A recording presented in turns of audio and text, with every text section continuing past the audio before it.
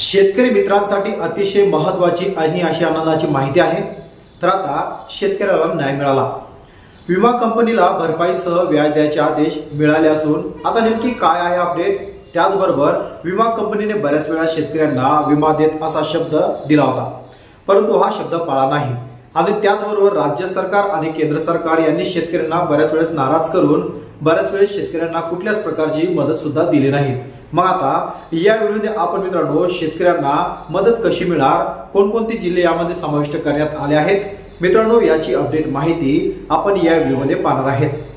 तर मित्रांनो, या व्हिडिओला सुरुवात करण्याआधी तुम्ही शेतकरी आहात आणि आपल्या या YouTube चॅनलवर जर पहिल्यांदा आला असाल आणि चॅनलला अद्यापही सबस्क्राइब केलं नसेल तर चॅनलला सबस्क्राइब करून बाजूला असलेल्या बेल आयकॉनला नक्कीच प्रेस करून ठेवा, अशाच प्रकारचे कामाचे आणि महत्त्वाचे व्हिडिओ तुम्हाला सर्वात आधी भेटत राहण्यासाठी। मग आता पीक विमा कंपनीने शेतकऱ्यांना विमा हा व्याजसकट देऊ असा शब्द सुद्धा दिलाय, परंतु हा शब्द कितपत सत्य ठरू शकतो हे आपण पाहणार आहेत।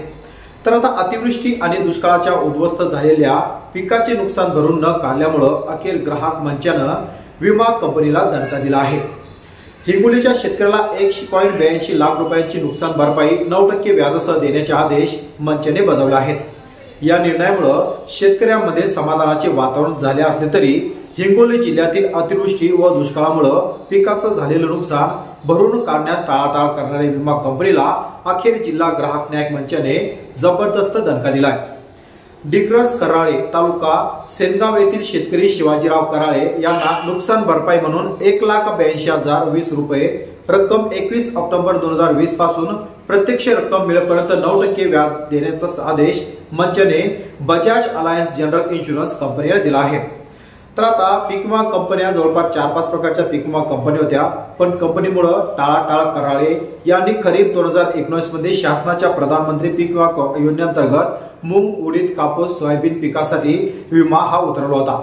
मात्र ऑक्टोबर-नोव्हेंबर 2019 मध्ये झालेल्या अवकाळी या अतिवृष्टीमुळे पिकाचं मोठ्या प्रमाणात नुकसान झालं होतं आणि जिल्हा प्रशासनाने देखील या काळात अतिवृष्टी जाहीर केली होती।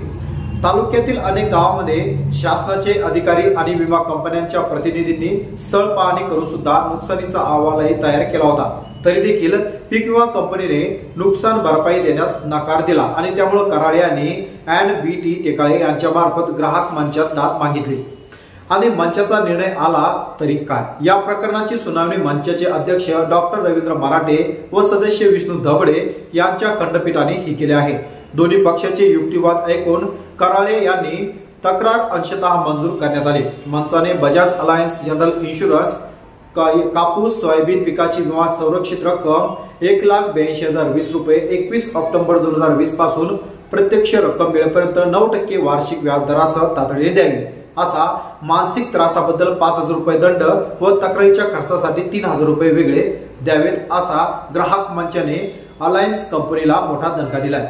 माता शेतकऱ्यांना हा दिलासा कसा मिळाला। अतिवृष्टी व दुष्काळात शेती उद्ध्वस्त झाल्यानंतर संपूर्ण महाराष्ट्रभरामध्ये विमा कंपनीने नुकसान भरपाई न दिल्यामुळे कराळे यांना मानसिक व आर्थिक त्रास झाला। अखेर न्याय मिळाल्यामुळे त्यांनी समाधान व्यक्त केलं। विमा कंपनीने विमा देण्यास मान्यता दिली, परंतु बऱ्याच वेळेस असं झालं की विमा कंपनीने मान्य केलं परंतु शेतकऱ्यांच्या हातावर त्यांनी फक्त तुरी दिल्या। त्याचबरोबर राज्य सरकारने बऱ्याच वेळेस शासन सुद्धा शब्द दिला आणि शब्द हा फिरवला आणि शेतकऱ्यांना नक्की पीक विमा मिळेल का किंवा नाही मिळणार हे आता आपल्याला मित्रांनो समोर पाहायचं आहे। तर मित्रांनो, जो विमा कंपनीने हा शब्द दिलाय हा कितपर्यंत सत्य ठरतो आता यावर शेतकऱ्यांच्या नजरा टेकून आहे। तर मित्रांनो, अशाच प्रकारचे जे महत्त्वाचे अपडेट माहिती शासकीय VR मित्रांनो आपल्या या YouTube चॅनलवर आपण देत असतो आणि पीक विमा कंपनीने शेतकऱ्यांना शब्द दिला जरी, परंतु महाराष्ट्रभरामध्ये बऱ्याच शेतकऱ्यांचं 100%च्या वर पिकाचं नुकसान झालंय। म्हणजे शेतकऱ्यांच्या हातातोंडाशी जो आलेला घास होता हा आलेला घास हा निसर्गाच्या अतिवृष्टीमुळे आणि शेतकऱ्यांना हा त्या मिळाला नाही, शेतकऱ्यांना कुठल्याच प्रकारे मदत मिळाली नाही। मग आता शेतकऱ्यांना ही रक्कम कितपत मिळते यावर शेतकऱ्यांच्या नजर टिकून आहेत। या अगोदर राज्य सरकार असेल, केंद्र सरकार असेल, विमा कंपनी असेल यांनी वेळोवेळी शब्द देऊन सुद्धा हा शब्द पाळला नाही, त्यामुळे शेतकऱ्यांनी मोठ्या प्रमाणात नाराजी सुद्धा व्यक्त केली आहे। मग आता शेतकऱ्यांना हा शब्द दिलाय, आता कधीपर्यंत शेतकऱ्यांच्या खात्यावर ही रक्कम पडणार यावर शेतकऱ्यांच्या नजर टिकून आहेत।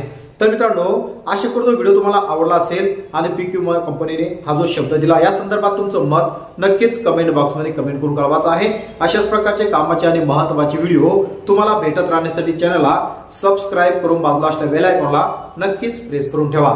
आणि मित्रांनो, आपल्या या YouTube चॅनलच्या माध्यमातून शेती संदर्भात शेतकऱ्यांना मदत कशी मिळेल या संदर्भात महत्त्वाचे व्हिडिओ आपण नेहमीच बनवत आलो आहोत। तर मित्रांनो, आपला व्हिडिओ जास्तीत जास्त शेतकऱ्यांपर्यंत सुद्धा शेअर करा, जेणेकरून प्रत्येक शेतकऱ्याला आपल्या या YouTube चॅनलच्या माध्यमातून काही ना काही मदत मित्रांनो मिळत राहील। तर वाट पहा पुन्हा एका योजनेची नवीन व्हिडिओची। तोपर्यंत जय जवान जय किसान।